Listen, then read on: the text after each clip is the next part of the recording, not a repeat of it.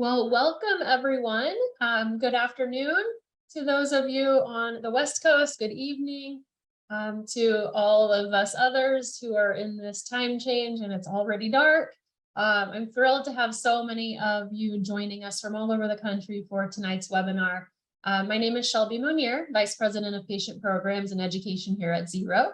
I want to again thank you for joining us in this next hour. We are here to talk about the future of radiation and prostate cancer. So this includes cutting edge technology, clinical trial data, equity, access, all in radiation oncology and as it relates to prostate cancer. So we're thrilled for tonight's presentation. These exciting updates are they're hot off the presses. They're from last month's American Society of Radiation Oncology, or ASTRO's annual meeting, and they will be presented by Dr. Michael Greenberg of Jefferson Health, who you see here, and I'm going to introduce in just one moment. So without further ado, I am honored to introduce our speaker, Dr. Michael Greenberg. Dr. Greenberg is Vice Chair for Business Development and Clinical Associate Professor of Radiation Oncology at Sidney Kimmel Cancer Center and Bodine Cancer Treatment Center. He works with several industry partners on biomarkers, genomics, side effect management, just to name a few. So Dr. Greenberg, thank you so much for being here. And I will now go off camera and unmute and give you the floor. Well, thank you very much. And I'm really honored to be here this evening to be able to speak to the Zero support group. Certainly, I love working with Zero. What a fantastic, patient advocacy group. So I thought tonight, first, I want everyone to kind of relax, kick your feet up. And we're going to talk a little bit about just some cutting edge new things we're doing here at Jefferson and having just come back from ASTRO, things that are being done in the country, which I think we're doing here. Lots of pictures, so should be enjoyable and definitely open to many questions at the end of the presentation. Okay. So first I thought, I always like to say getting to yes. How many times have you been to a doctor or a specialist and it says, no, we can't do that? And that's so hurtful. We always try to strive for getting to yes. How can we solve the problem? How can we do it? And with new innovations, there is definitely new hope for sure. So first, I thought just a brief update on prostate cancer. I'm sure you're very well versed. So, as you know, other than skin cancer, prostate cancer is the most common in American men. Almost 250,000 men, 1 in 8 men will be diagnosed during his lifetime with prostate cancer. The death rate is 1 man in 41 will die of prostate cancer, the second leading cause of cancer deaths. So, in fact, 3.1 million men in the United States who have been diagnosed are still alive today. So, obviously, it's a very curable disease with the right technology and the right treatment. So, the anatomy, we know the prostate sits on top of the rectum, it sits beneath the bladder. The cells within the prostate can become malignant. The urethra, which is the tube that urine passes through, it goes right through the middle of the prostate, which is why when men have big prostates, it squeezes the urethra, makes it a little hard to urinate. So there are different types of cancers. The majority of prostate cancers are adenocarcinomas or glandular cancers. There are others, but they're really just a very small subset, less than a couple of percent.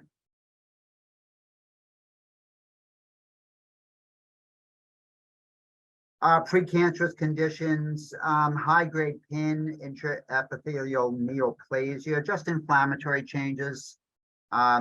Those gentlemen may have a little bit higher risk of developing prostate cancer. Inflammatory conditions. What are the risk factors? So some of the risk factors can certainly be family history or genetics. So we know that genetics plays an important role in cancer in general. And again, but the greatest percentage of people do not have positive genetic risk factors, and they're still diagnosed with prostate cancer. So age It's rare in men younger than 40, and it's found in men usually over 65. It's more common in African American and men and in Caribbean men of African ancestry. Geography is most common in North America, Northwestern Europe, Australia, and on the Caribbean islands. And it seems that prostate cancer seems to run in families, suggests that there is some inherited or genetic factor. There are specific genetic disorders which are called genetic mutations, BRCA1 and BRCA2 genes, especially BRCA2 in Ashkenazi Jewish populations. Men with Lynch syndrome, also known as hereditary non-polyposis colorectal cancers, can be inherited, and we do see that. Factors with less clear effects on prostate cancer: diet, obesity, smoking, chemical exposure, inflammation, vasectomies. We certainly know that certain chemicals, Agent Orange, was an important factor in developing prostate cancer. Can it be prevented? Lowering body weight, physical activity, diet, vitamins, and drugs. We know that the best way for diagnosing prostate cancer is by early detection, and PSA, or prostatic specific antigen, is a specific antigen that picks it up in the bloodstream. Another way is a digital exam. You can feel the prostate through the rectum. It is recommended to have both. The digital exam, definitely you will not feel something for a much later point in time. There are false positives for both. In inflammatory conditions, you can get a rise in the blood test. So who should be screened? Men at age of 50 or above at average risk who are expected to have a survival of at least 10 or more years should be really yearly. It can be, if you have a PSA baseline of less than 2.5, it can be done every other year. Screening should be done yearly for men with a PSA of 2.5 or above. And, you know, if you're 40 or above and you have a first degree relative with prostate cancer, you should start screening at that age. Signs and symptoms can be absolutely nothing, or difficulty urinating, blood in your urine or semen, trouble getting an erection. Those are all things probably not related specifically to the cancer. Sometimes blood in the urine is, but most likely, again, with the PSA, you will pick up prostate cancers at a much earlier time. The greatest percentage of prostate cancers, you know, as localized, the cure rate is 100%. The more advanced, obviously, the cure rate goes down. So now to the fun stuff, now that we did some housekeeping. So what are the new innovations? What are the new treatment types? We've all heard of linear accelerators. And that's how radiation is delivered. An MRI machine. So how does an MRI help us with delivering radiation? Well, some very smart engineers developed a new type of linear accelerator built into an MRI machine. So it actually is tracking the motion of the prostate while we're delivering the treatment. Here at Jefferson, we have a ViewRay Meridian MRI linear accelerator, and we're going to talk a little bit about pictures, and I'll show you some videos.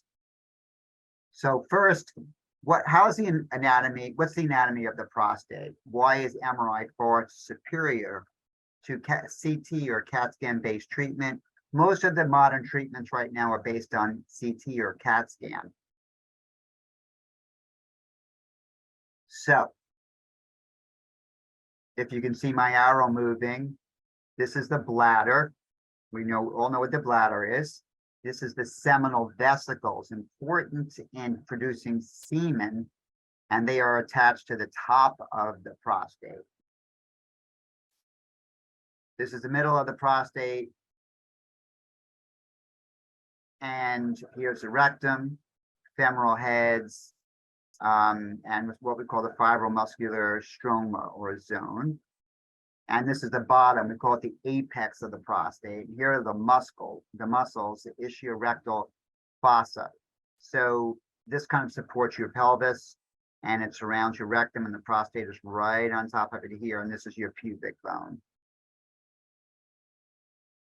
So delivering radiation accurately really requires excellent imaging. So to the left on this screen is CAT scan, where for years and years, and even still, CAT scan guided treatment is used to deliver radiation.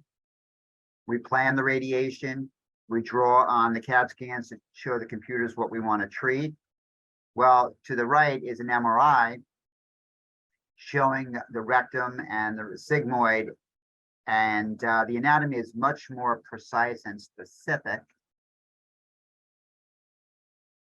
So you can see how clear the images are on the left and on the right. So talking about the evolution of treatment a little bit, when patients are treated with radiation, on the left screen, we take a cone beam image. So prior to the treatment, a cone beam image or a small CAT scan is taken to make sure that we line up to what we planned. On the right is the Meridian View-Ray MRI machine, and you can see how much we can actually see the tissue planes. You can see the prostate, the bladder, the urethra, the rectum, the penis, and the urethra going through the penis, and the sacrum. So you really have a much better definition of the soft tissues.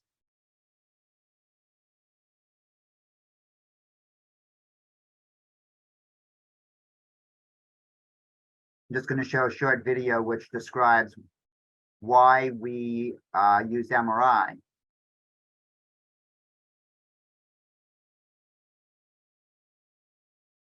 So this is the Meridian MRI, and we call it a smart beam because it is adapting to the movement of the treatment. As the organ moves, as the normal tissue moves, the beam turns on and off, so we can be much more precise. So here, this is just a lung tumor.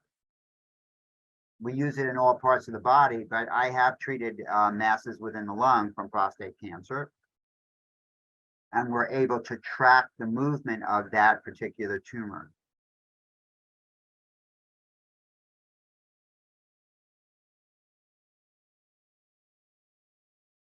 So this is a 3D image of treating this nodule in the chest. And we have these little multi-leaf collimators which track back and forth to help define the target within the chest. So as the patient moves into the machine, and once they're set up, we actually can track the movement of the actual target itself as the patient breathes, as the body moves. So there's our target, and you can see it moves in and out. And so the beam will be off depending on where the tumor is in respirations. And that imaging is being done in real time.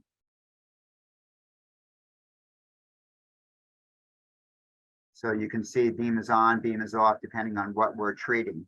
The prostate, which is in the red, which you saw, again, sits in the pelvis, right behind the pubic bone. And that moves depending on bowel gas and filling of the bladder with urine. So it is a very complex device, but really enables us to treat the least amount of normal tissue and account for movement of treatment during the actual fractions of radiation. So this is a actual real-time patient that we treated here, and I just wanted to show you, very interesting. This is real-time movement of a prostate, and the blue is the prostate, and you can see it moves in and out of the red, which is the borders. So any movement outside of that red, the beam is turning off. The other very interesting thing is the gray structure that looks like a coffee bean, that's the bladder, and it's filling, and you can see the urine filling during the treatment. So as it fills more, it's going to push the prostate down And we're seeing this all in real time, and no other treatment, not even protons, can do real-time imaging and deliver the beams within an accuracy of millimeters that we're doing here with the view-ray machine. So this is what the screen will look like. The patient is in the room. In the yellow circle is a prostate. It's a patient from the side, from the front, and top to bottom.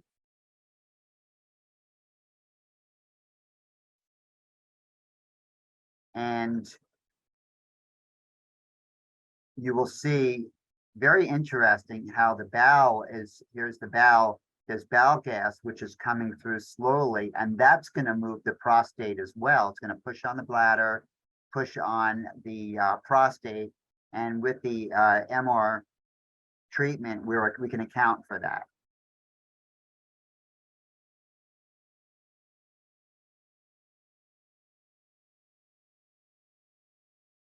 This is another example of how we account for what we call intrafraction motion. You can see the bowel gas, because bowel moves. We call it peristalsis. Gas is passing through and it's pushing on the prostate. So as long as it's within that small confine, that tracking area, the beam is on. And if it moves at all because of any bowel gas or urine, the beam will turn off, which results in the least amount of normal tissue being treated and being able to go to much higher doses. So this is interesting. You can see the gas filling the rectum, and look how it pushed the prostate out of the field. Isn't that incredible? So half the prostate moved out of the fields, and this is just during the treatment. So with conventional radiation, that patient would be treated and you would not know it. With protons, that the high dose area of the protons would be treating the rectum. So here, because we can account for the motion as that gas is coming down the rectum, the beam will turn off as the red goes outside of the blue confines. I just find that so fascinating. You know, we're learning every single day, and really is the new treatment we're using all over the body, but in prostate cancer, which is my specialty, it works so well. Same thing here. You can see this patient, the prostate is well within the target. You see how much movement from respirations of the abdominal wall, the bladder is filling, urine is swirling, we call it. And this patient's prostate is still within the confines of the target area. So the beam is on.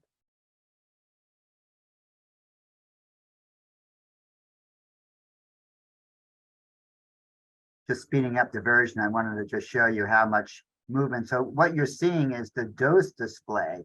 So these are the doses displaying during movement. So the beams are being delivered during the treatment, and the different doses are distributed, accounting for that movement. Kind of think about when you have a car repaired by the service person. Think of them repairing your car while it's on. So what else is new, and what did we learn at ASTRO, and what are some of the new innovations within the last year or so in the United States?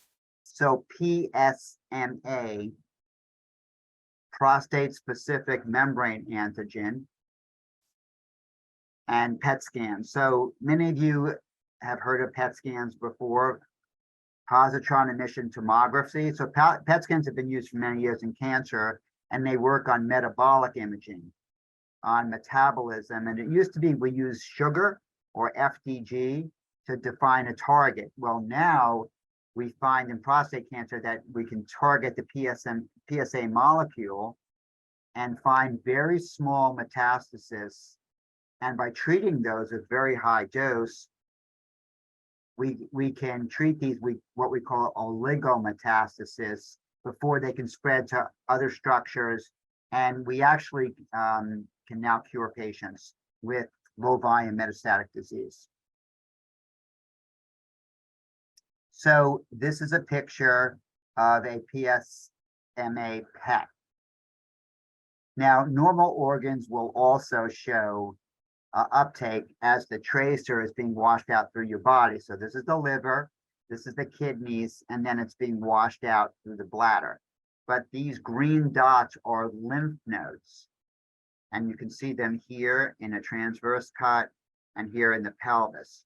So the typical situation that we see all the time would be a patient that comes, they've been treated for prostate cancer, that PSA can be close to 0, and suddenly it begins to rise.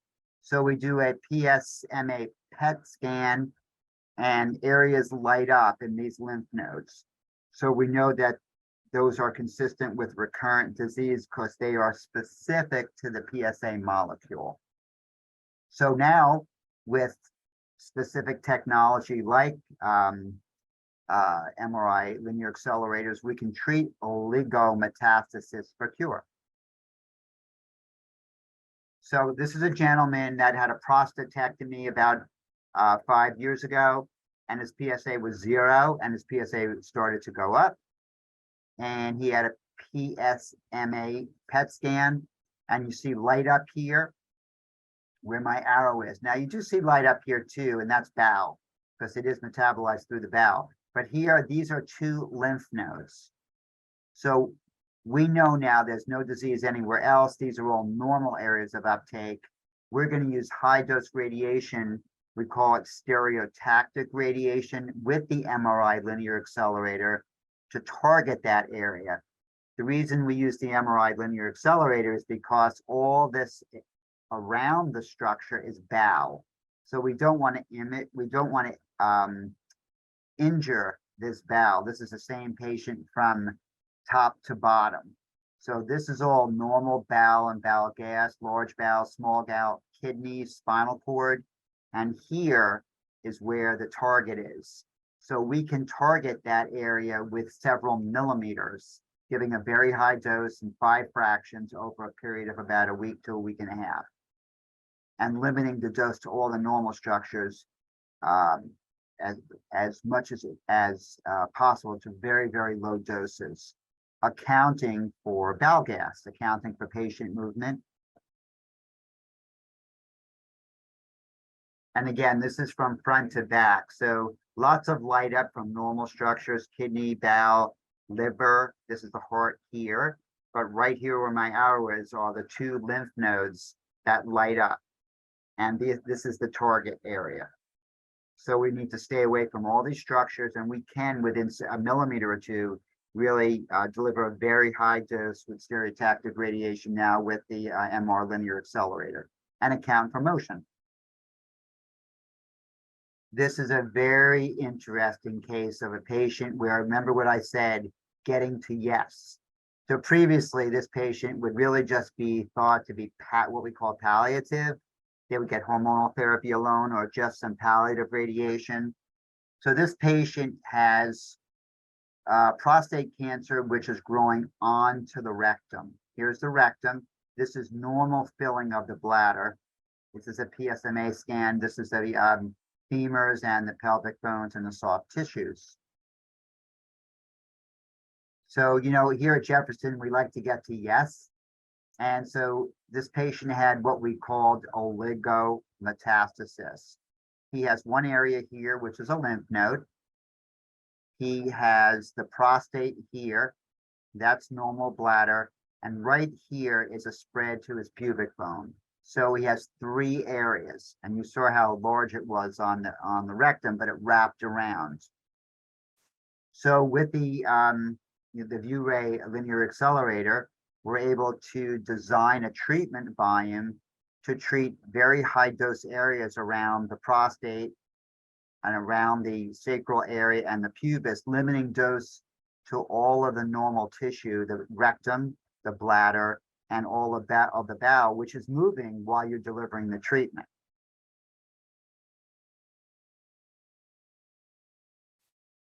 Very often, after patients are treated with conventional radiation or brachytherapy, patients will have a rise in their PSA, will have it, and we'll do a PSMA PET scan, and we'll find recurrence just confined to a portion of the prostate. So this is a gentleman who had a rise in his PSA from about 0.2 to 1.2. And you see a target area on the right side of the prostate. And that area is consistent with recurrent disease. Very often we'll go ahead and biopsy it to prove it, but this is consistent with recurrent disease. Now, this patient has been previously radiated. In most practices, previously radiated patients are really not treated because of the risks of damage to normal structures, the bladder neck, the rectum. The other option used to be they would take the prostate and bladder out together. You can imagine how morbid that is, and patients would basically be incontinent. Now, with the MR linear accelerator, we are treating these in our retreatment protocol here at Jefferson, treating partial gland just to the sites of recurrence. We can do that because we can account for the motion and be very, very precise, delivering dose to just the target, limiting dose to the rectum, bladder, neck, to the bones, and accounting for motion, which is so important. Very interesting gentleman who was treated twice. He had brachytherapy seeds, and then he had cryosurgery. So the cryo killed a lot of tissue. You know, it sounds sexy, but it actually does a lot of damage. I think it's a good modality, but it does a lot of damage within the prostate. And so this patient, even though they were treated twice, we were able to retreat them to their specific target with the MR linear accelerator because we could be very, very precise and limit dose to the normal structures. I'm just going to go through these quickly. With PSMA imaging, it's really revolutionized a whole field of what we do, the field of treating oligometastasis, as we discussed. And in a center of excellence, such as we have here, or certainly in major cities, major medical schools, this type of treatment is being delivered. This gentleman basically has one lymph node in the iliac chain on the right side that you can see how well that lights up. And look at all the critical structures around it, the large bowel, the small bowel. You see the spinal, we call it the cauda, tail of the spinal cord here.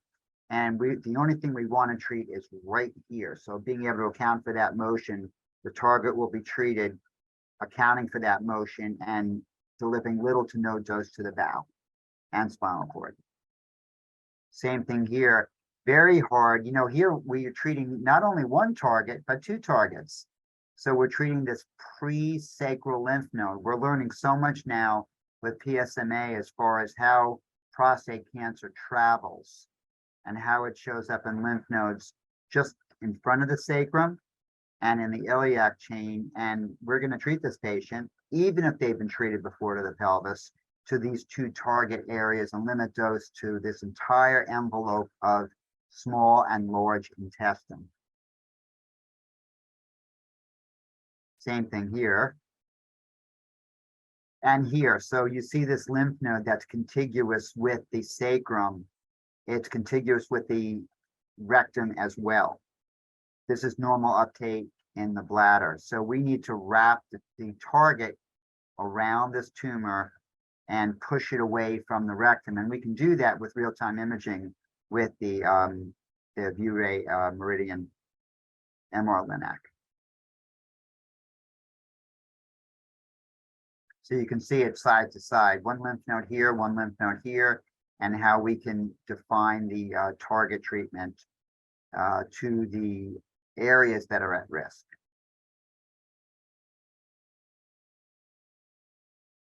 Very small targets can be picked up by PSMA. As you see here, this target is probably 5-6 millimeters, and it's right up against the rectum. And now we can really shape the beam around these small targets and limit the dose to the rectum, to the small intestine, to the bladder, and to the femoral heads.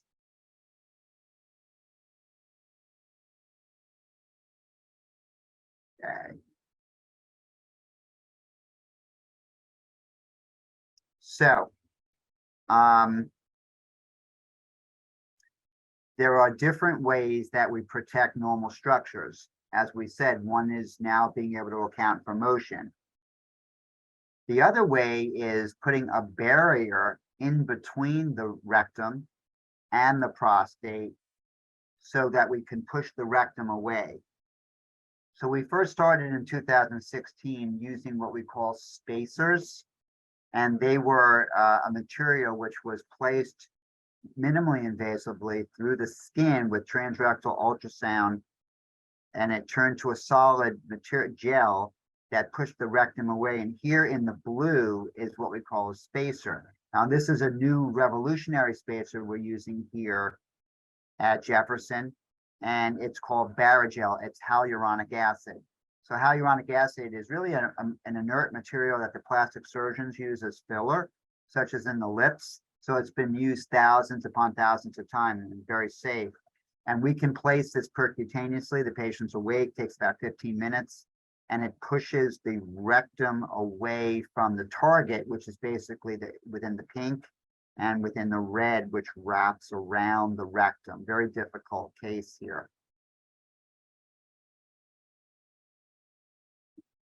And so you can see on this MRI, this patient has 2 oligometastases, and here's the prostate, and we have a spacer behind it to be able to push the rectum away. This patient did have extension to the rectal wall a little farther down, but we were able to get spacer in to protect the upper rectum. So rising PSA, we are now offering new hopes for cure. As we talked about, this is a patient just saw the other day with a rising PSA, and his PSMA scan showed this solitary nodule just next to blood vessel. This is the rectum in the center. So we're going to be able to target this lesion with a very, very tight margin and account for motion and bowel gas moving through. And that patient will be treated in 5 fractions and will be able to play tennis, play golf, or I've even had weightlifters during their treatment. This is just from another view, front to back. So talking a little bit more about the spacers and how we do separate it, because that helps us with defining the target. This is what the new spacer looks like, the hyaluronic acid spacer. It's really much more gelatinous. It does not polymerize. It does not get hard. So it moves with the tissue a little bit more. So patients don't feel it. You won't know that it's there. It lasts for about 18 months maximum. This melts away on its own. It won't affect bowel movements and won't cause any pain. So this is a picture side to side. This is a prostate. This is a catheter going through the urethra. And this is the prostate. And here's the spacer. And here's the rectum. So you can see how much separation we're able to get from the top of the anterior rectal wall, the anterior surface, from the back of the prostate. That's quite a bit of separation. And a separation like that is a mile for us in radiation. Here's another picture again, of how much separation that we're getting.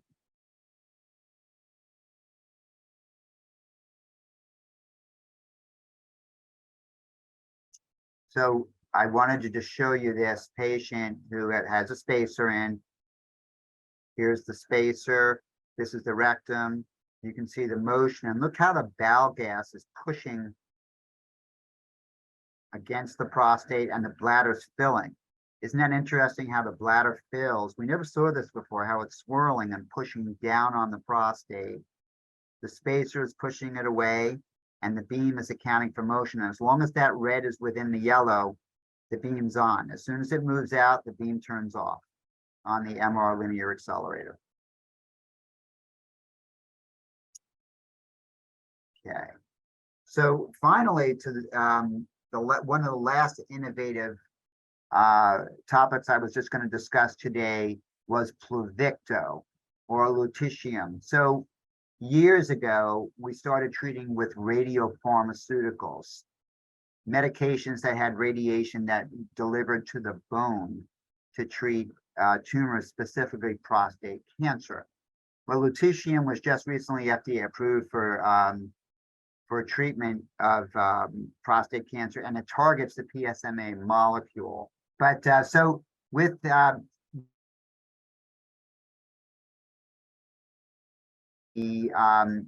radionuclide is injected, and it's usually done over a period of about 4 to 6 weeks, and it can be done for about 6 months or so, and it will target the cancer cells, and actually has been proven to improve survival over previous treatments, such as radium-223 that we used to use. So it's really offering new hope for a gentleman with metastatic and particularly castration-resistant prostate cancers that were not sensitive to hormonal therapy anymore.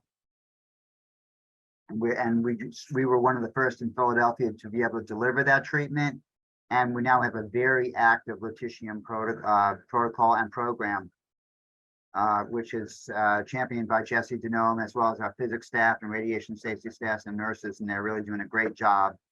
And patients are offered more hope as well. Okay. Well, it's been my pleasure. Thank you. And certainly going to turn it back to Shelby, and we're open for questions.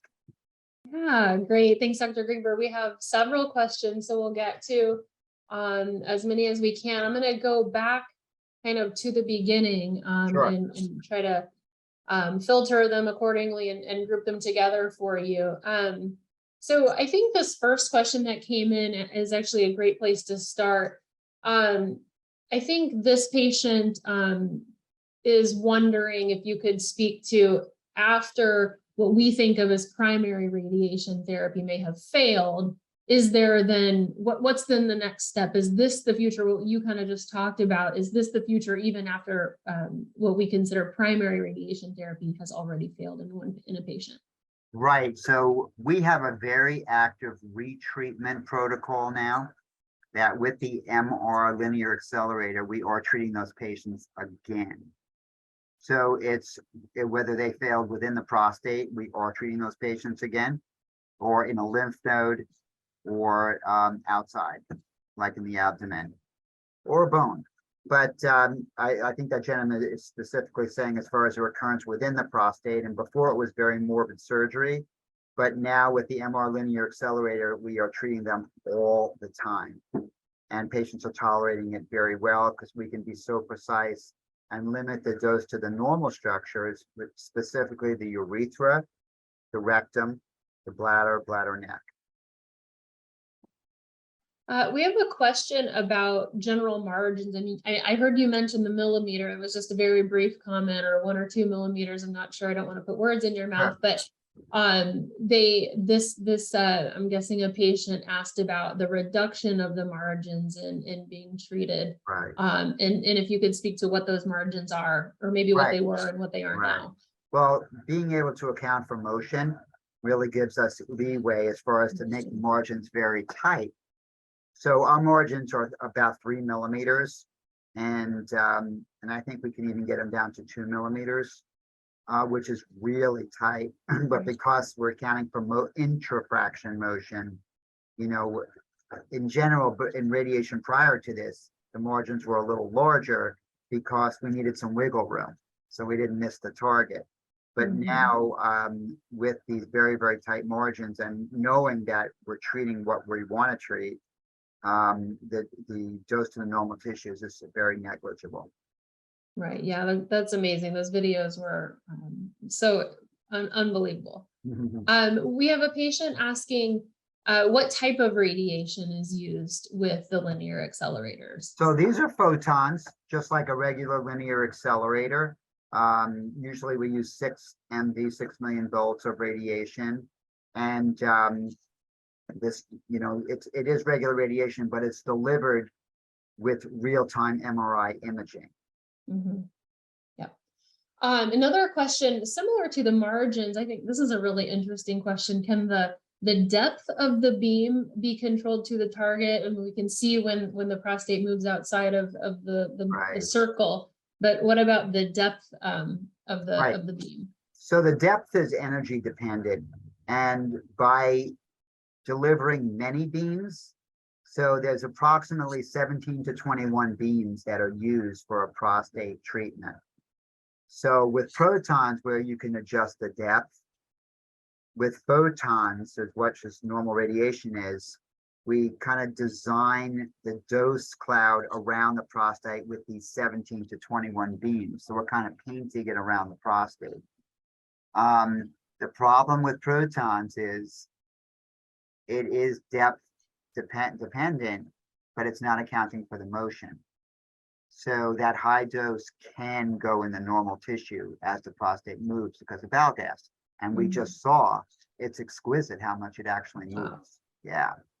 And do you know, this is a kind of, you've led into this question, do you know, is any company or organization working on developing a proton MRI guided device? So there's lots of engineering difficulty, I'm told, with that, because I've asked that question. And I believe it's because of, how the protons may interfere with the magnet of the MRI. So I'm not sure if it could ever be done, if they're not compatible. But again, speaking to a physicist and an engineer that really understands that would be better, but I think they would not be compatible. Okay. Well, I'm hoping that Zero can be this website, and if we don't have these resources, then we can create them for our audience. But this attendee was wondering if you had any insight or could speak to any helpful websites that might compare the different types of radiation, surgery, nanoknife, and others. I mean, I think that going on. Certainly Zero is a wonderful resource, and I believe going on National Cancer Institute or National, or NIH, they can definitely give you excellent unbiased information. And there's more than one way to skin a cat. Surgery is certainly a very respectful way to take care of prostate cancer. But what I like to tell patients is, they're all, radiation and surgery are equal for, localized prostate cancer. It just depends on your lifestyle. If you're someone who is working, I've had people that work as iron workers on skyscrapers, and they come in and get their treatment. And I've had golf pros, I've had weightlifters, and they go about their life. It's hard to beat that. But you make such a great point, and we work every day to encourage patients and empower patients and their loved ones to ask the right questions, and don't forget about those quality of life issues that, and you can really ask it over and over and over again so that you truly understand what treatment is best for you. Absolutely. Absolutely. All right, I'm scrolling through the questions here. We have a handful more that keep an eye on the clock. Here's a question about back to the PSMA section. So you're section 2, I believe, on the PSMA PET updates. Can you speak for a moment about the level of PSA that is required for the PSMA? And it's kind of interesting. I've seen PSMA scans positive at like 0.3, 0.4, and regular PET scans, it really had to be sometimes 0.7, 0.8, 0.9. You start seeing or other scans that were called Axumin, which is just a different type of tracer. But it's definitely lower. I don't think you're going to pick it up at like 0.01 or 0.02. But and it also depends, I think, on the grade of the cancer, because I think the higher grades may be metabolizing a little quicker. So you may pick it up a little bit quicker. But I mean, I have seen it at 0.3, 0.4. It's definitely worthwhile to get. We have a question about the spacers, and the one that you showed us the picture of, and I think the one that a lot of patients know are a little bit more familiar with the spacer. How are those two different? A lot different. So I've done a couple thousand of the space ore And it started back in 2016, and it answered a lot of questions for us. It helped us to separate the rectum. So that is two materials that mix together.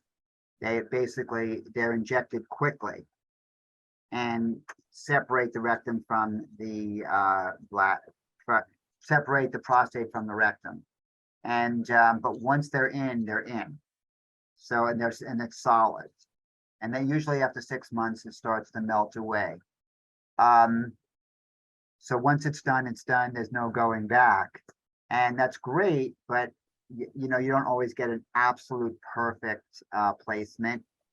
And that may be due to anatomy. And it's usually, but again, it's a very, very good product, I believe. But the hyaluronic acid barrigel spacer, we started using because it's called sculpting. So basically, you slowly add the hyaluronic acid. It's softer, so it never polymerizes. It doesn't get hard.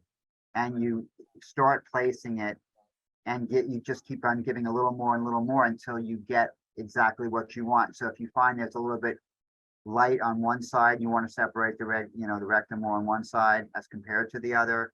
You just keep on adding a little more until it's totally symmetric. The way that we do spacers, you know, we usually give the patient have them do a couple of bowel preps, two fleets enemas, an antibiotic an hour before and 12 hours after, and just 2 milligrams of Ativan orally that's sent to their pharmacy. So we make sure they have a driver because you don't want to be in the road if someone's had Ativan. And then they're placed in stirrups, and we put the ultrasound probe in the rectum. So that is what helps to guide us.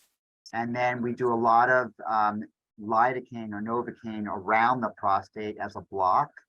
And then with a very skinny needle, we slide it in that space just above the rectum and below the prostate. And then we slowly start painting with this gel. And it slowly pushes the rectum away, and we get very long, very wide separations. And the nice thing as well is that it's very gelatinous, so patients don't feel as much pressure. So really, most of the patients really don't feel anything at all. It's really great. Yeah, that's amazing. We have a question here from a patient who is post-prostatectomy and was wondering if there would be any kind of barrier that would be utilized in that situation. That's a great question. That's been something that we've been looking at for a long time, because when we treat post-prostatectomy, we're right on top of the rectal wall. And the only question that has arisen is, if you put a spacer, are you blocking tumor cells that sit on top of the rectum? So, because there's no gland there that you're separating. But I've been talking to the companies about, doing a protocol to see if in fact we can separate it and still there won't be a higher recurrence rate in that posterior area. It's a great question, and it's definitely something we're looking at. Yeah, very good question. Here's a question just about insurance coverage, and I know that you're not it's not your area of expertise, but I'm sure you're a little bit versed in it. And this question is specific to insurance covering the PSMA PET and the MRI. So for PSMA PET, we struggle. I think if you have Medicare, you're very lucky, because we again, different states will be different, but in general, regular Medicare approves it. And we're always happy when the patient has Medicare, because we know we can usually get it. But in other health plans, they don't right now. And that happens a lot, where Medicare will approve it and it'll take several years and a lot of lobbies, to fight for it. It really is here to stay. It's just a matter of being accepted, because it's expensive. Right. As far as the MRI LINAC, so there's another portion of the MRI LINAC, and I didn't talk about, called adaptive planning. So if you think about it for a second, when a patient's treated with radiation, what you planned is what you get. So you're not accounting for what's going on during the treatment. But what we do now with adaptive planning, as the patient's on the table, if there's any chance, we take an MR. and we superimpose what we plan to treat. And if there's any change in the doses and the plan that we ran on the fly, we develop a new plan immediately on the treatment table. So each time is a new time.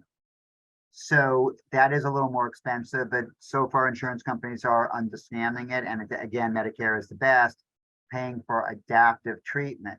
But now, and I think we're one of the only, not the only, but one of the only centers that's treating high-risk prostate cancer, including the lymph nodes and the prostate, in only 5 treatments. Now, if you think about it, you've got a lot of different structures you're treating, and they're all moving. So you have to account for that motion and adjust on the fly to make sure you're still getting therapeutic doses, and you have to limit your dose to the normal structures. So that's why it's so good, you know, and that's where artificial intelligence and all these other new technologies are coming in to help us. Wow. That's really exciting, but we do it every day. It really is exciting. Well, we have some patients that are trickling in asking about where else is this happening? You know, you mentioned that you're treating a lot of patients in this fashion. Are there other locations that patients can ask about that might be closer to them? Right. So, you know, it really depends on where you live. There are definitely centers of excellence in New York, in Miami, in like the Weill Cornell Medical Center. They're experts in this. Henry Ford in Detroit, Sloan Kettering. So definitely many centers of excellence are now delivering this. I think we're the only one in the Philadelphia area. And I think slowly more and more people will be adding it, but it really is an excellent way, and I believe a way in the future for treatment of prostate cancer and many cancers, because it's not the only thing we treat. Right. You know, you think about things moving: pancreatic cancer, lung cancer, kidney cancer, adrenal cancers. We're treating a lot of things, and as I said, getting to yes, we're retreating where before we couldn't do it. Yeah, we've had a couple of patients or attendees. I don't want to speculate, but based on what they're saying, I'm assuming their patients talk about the retreatment and how exciting this is.